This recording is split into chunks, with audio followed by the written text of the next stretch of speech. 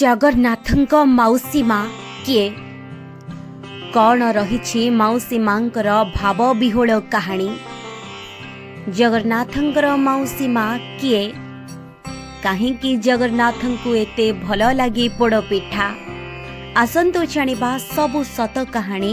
ଜାଣନ୍ତୁ ଥରେ ଏ ଭିଡ଼ିଓରୁ।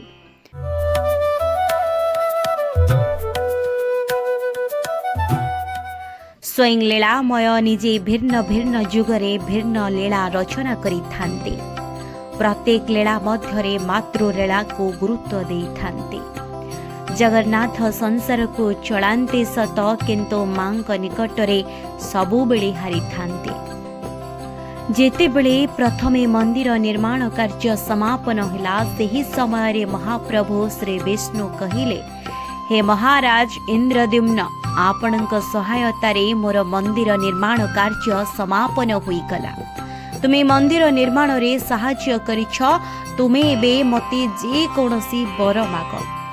ରାଜା କହିଲେ, ହେ ପ୍ରଭୁ, ତୁମେ ଯଦି ସତରେ ମୋତେ କିଛି ଦେବାକୁ ଚାହୁଁଛ, ତେବେ ମୋତେ ଅପୌତ୍ରିକ କରିଦିଅ, ଯାହାଦ୍ୱାରା କେହି କହିପାରିବେ ନାହିଁ ଯେ ଏହି ଶ୍ରୀମନ୍ଦିରକୁ ମୋର କେହି ବଂଶଜ ନିର୍ମାଣ କରିଥିଲେ।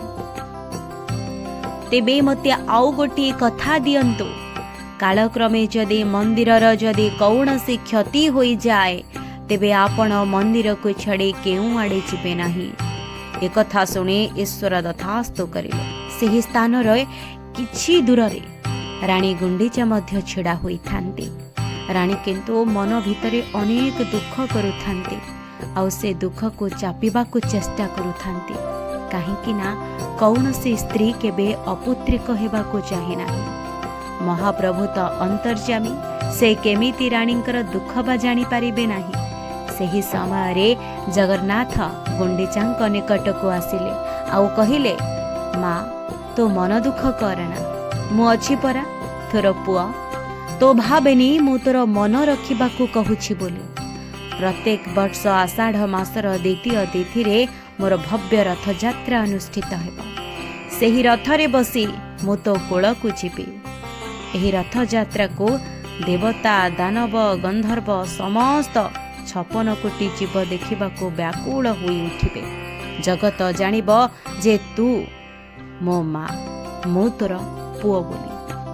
ଏକଥା ଶୁଣିବା ପରେ ମା ଗୁଣ୍ଡିଚା ରାଣୀ ଭାରି ଖୁସି ହୋଇଗଲେ। ଏକଥା ଶୁଣି ସାରିବା ପରେ ଆମେ ବୁଝିଗଲୁ ଯେ ଗୁଣ୍ଡିଚା ହେଉଛନ୍ତି ଜଗନ୍ନାଥଙ୍କର ମା। କିନ୍ତୁ ଜଗନ୍ନାଥଙ୍କର ମାଉସୀ ମା କିଏ? ଜଗନ୍ନାଥଙ୍କର ମାଉସୀ ମା ହେଉଛନ୍ତି ଅର୍ଦ୍ଧଶିନୀ ଦେବୀ ବୋଲି କୁହନ୍ତି। କୁହାଯାଏ, ଶ୍ରୀମନ୍ଦିରକୁ ରକ୍ଷା କରିବା ପାଇଁ ସେ ସମୁଦ୍ରର ଅଧା ଜଳକୁ ଶୋଷି ଦେଇଥିଲେ ବୋଲି କୁହାଯାଏ। କୁହନ୍ତି, ମାଉସୀ ମା ଥିବା ଯାଏ ଶ୍ରୀମନ୍ଦିରରେ କିଛି କ୍ଷତି ହୋଇବ ନାହିଁ କି ଜଗନ୍ନାଥଙ୍କ ଉପରକୁ କୌଣସି ବିପତ୍ତି ଛୁଇଁବ ନାହିଁ। ବଡ଼ମଣ୍ଡିଠାରେ ଜଗି ବସିଛନ୍ତି ମା ଅର୍ଦ୍ଧାଶିନୀ ଦେବୀ। ମା ଅର୍ଦ୍ଧାଶିନୀଙ୍କୁ ନେଇ 2ଟି ଲୋକ କଥା ରହିଛି। ତ୍ରେତୟା ଯୁଗର କଥା। ଶ୍ରୀରାମଚନ୍ଦ୍ରଙ୍କୁ କିଏ ବା ଭଲ ନ ପାଏ? ସମଗ୍ର ଅଯୋଧ୍ୟାବାସୀ ରାମଚନ୍ଦ୍ରକୁ ଦର୍ଶନ କରିବା ପାଇଁ ବ୍ୟାକୁଳ ହୋଇ ରହିଥାନ୍ତି। ଠିକ୍ ସେହିଭଳି ମାତା କୈକେୟୀ ନିଜ ପୁତ୍ର ଭରତ ଠାରୁ ଅଧିକ ରାମଚନ୍ଦ୍ରଙ୍କୁ ଭଲ ପାଉଥିଲେ। ପ୍ରଭୁ ରାମଚନ୍ଦ୍ରଙ୍କର ଅବତାର ରହିଥିଲା ରାକ୍ଷସମାନଙ୍କର ବଧ କରିବା ପାଇଁ। ଯଦି ରାମଚନ୍ଦ୍ର ରାଜା ହୋଇଯିବେ, ତେବେ ରାକ୍ଷସମାନଙ୍କୁ କିପରି ବଧ କରିଥାନ୍ତେ? କେମିତି ରାମଚନ୍ଦ୍ରଙ୍କ ନାମର ସାର୍ଥକତା ହୋଇଥାନ୍ତା? ହଠାତ୍ ରାମଚନ୍ଦ୍ର କୈକେୟୀଙ୍କର କକ୍ଷକୁ ଗଲେ ଆଉ କହିଲେ, ମାତା, ତୁମେ ମୋର ଗୋଟିଏ କାମ କରିଦେବ। କାଲି ମୋର ଅଭିଷେକ ଅଛି, କିନ୍ତୁ ତୁମକୁ 3ଟି କଥା ଦେବାକୁ ପଡ଼ିବ। ପ୍ରଥମେ ମୋ ସ୍ଥାନରେ ଭରତ ରାଜା ହେବ। ପିତାଙ୍କୁ ତୁମେ ବର ମାଗିବ। 14 ବର୍ଷ ବନବାସ ମୋ ପାଇଁ ମାଗି ନେବ। ଏତିକି କଥା ଶୁଣି କୈକେୟୀ ଚିନ୍ତାରେ ପଡ଼ିଗଲେ ଆଉ କହିଲେ, ଧନରେ କେମିତି ତତେ ଛାଡ଼ି ରହିବି କହ? 14 ବର୍ଷ, ଗୋଟେ ଦିନ ମୁଁ ରହିପାରୁନି। ଯଦି ମୁଁ ଏମିତି କରିବି, ଅଯୋଧ୍ୟାବାସୀ ମୋତେ ଘୃଣା କରିବେ। ଭରତ ଆଉ ମୋତେ ମା ବୋଲି ଡାକିବ ନାହିଁ। ମୋତେ ନିନ୍ଦା ଅପନିନ୍ଦାରେ ପୋତି ଦେବେ, କେମିତି ସହିବି? ଏତିକି ଶୁଣିବା ପରେ ରାମଚନ୍ଦ୍ର କହିଲେ, ମାତା, ମୋ ପାଇଁ ତୁମେ କ'ଣ ଏତିକି କରିପାରିବ ନାହିଁ? ମାତା କୈକେୟୀ କହିଲେ, ପୁଅରେ ତୁ ଚିନ୍ତା କରେନା, ତୋ ଖୁସି ପାଇଁ ସବୁ ନିନ୍ଦା ଅପନିନ୍ଦା ସହିଯିବି, କିନ୍ତୁ ତୋ ମୁଖରେ ଦୁଃଖ ଦେଖିପାରିବି ନାହିଁ। ଯେବେ ରାମଚନ୍ଦ୍ର 14 ବର୍ଷ ପରେ ଅଯୋଧ୍ୟା ଫେରିଲେ, ସେତେବେଳେ ରାମଚନ୍ଦ୍ର ରାଜାଙ୍କୁ ସ୍ୱାଗତ କରିବା ପାଇଁ ସମସ୍ତଙ୍କର ଭିଡ଼ ରହିଥିଲା, କିନ୍ତୁ ସେଠାରେ କୈକେୟୀ ନଥିଲେ। କାରଣ କୈକେୟୀ ଭାବିଥିଲେ ଯଦି ସେ ବାହାରକୁ ଯାଇଥାନ୍ତେ ଅଯୋଧ୍ୟାବାସୀଙ୍କୁ କ'ଣ ଉତ୍ତର ଦେଇଥାନ୍ତେ। କିନ୍ତୁ ରାମଚନ୍ଦ୍ରଙ୍କୁ ଦେଖି ଅନ୍ୟମାନେ ଭାବୁଥିଲେ ରାମ ତାଙ୍କ ମାତାଙ୍କ ପାଖକୁ ଯିବେ, କିନ୍ତୁ ସେ କୌଶଲ୍ୟାଙ୍କ ପାଖକୁ ନ ଯାଇ କୈକେୟୀଙ୍କ ପାଖକୁ ଗଲେ। କୈକେୟୀଙ୍କୁ ପଚାରିଲେ, ମା ତୁମେ କେମିତି ଅଛ?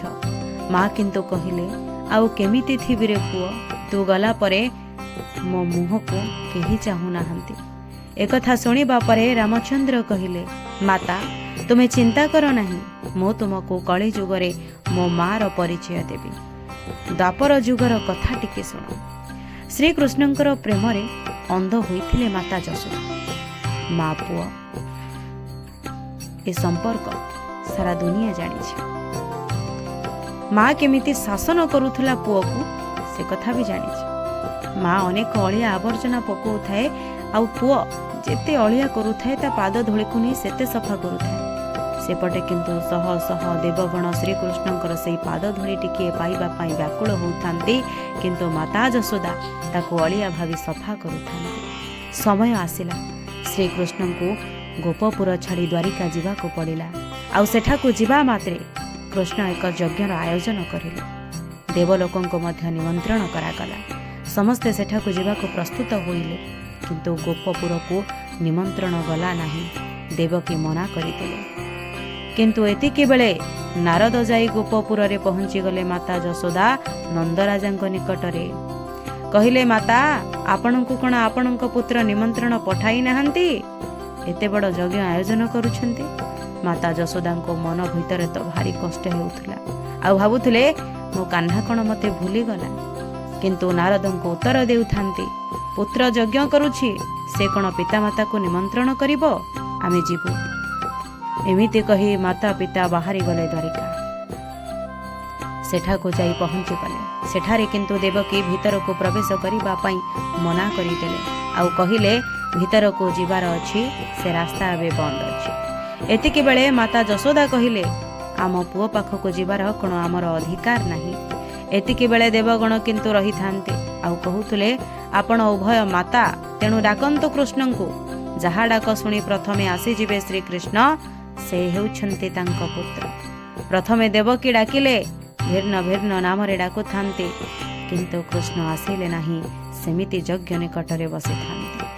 ମାତା ଯଶୋଦା ଯେତେବେଳେ ଡାକିଦେଲେ, କାହ୍ନା କାହ୍ନାରେ, ଏତିକି ଶୁଣି ତୁରନ୍ତ ଚାଲି ଆସିଲେ କୃଷ୍ଣ। ସେତିକି ବେଳେ କାନ୍ଦି ପକାଇଲେ ମାତା ଆଉ ପୁତ୍ର। କିନ୍ତୁ ଦେବକୀ କହୁଥାନ୍ତି, ମୁଁ କ'ଣ ମା ନୁହେଁ? ମୋତେ କ'ଣ ମା ବୋଲି ପ୍ରମାଣ ଦେବାକୁ ହେବ? ଆଉ ଏତିକି ବେଳେ ଶ୍ରୀକୃଷ୍ଣ କହିଲେ, ମୁଁ କଳି ଯୁଗରେ ନିଜେ ମୋ ମା ନିକଟକୁ ଯିବି, ଆଉ ପୋଡ଼ପିଠା ଖାଇ ଆସିବି, ଆଉ ମୋ ମାର ପରିଚୟ ତାକୁ ଆଉ ଦେବାକୁ ପଡ଼ିବନି।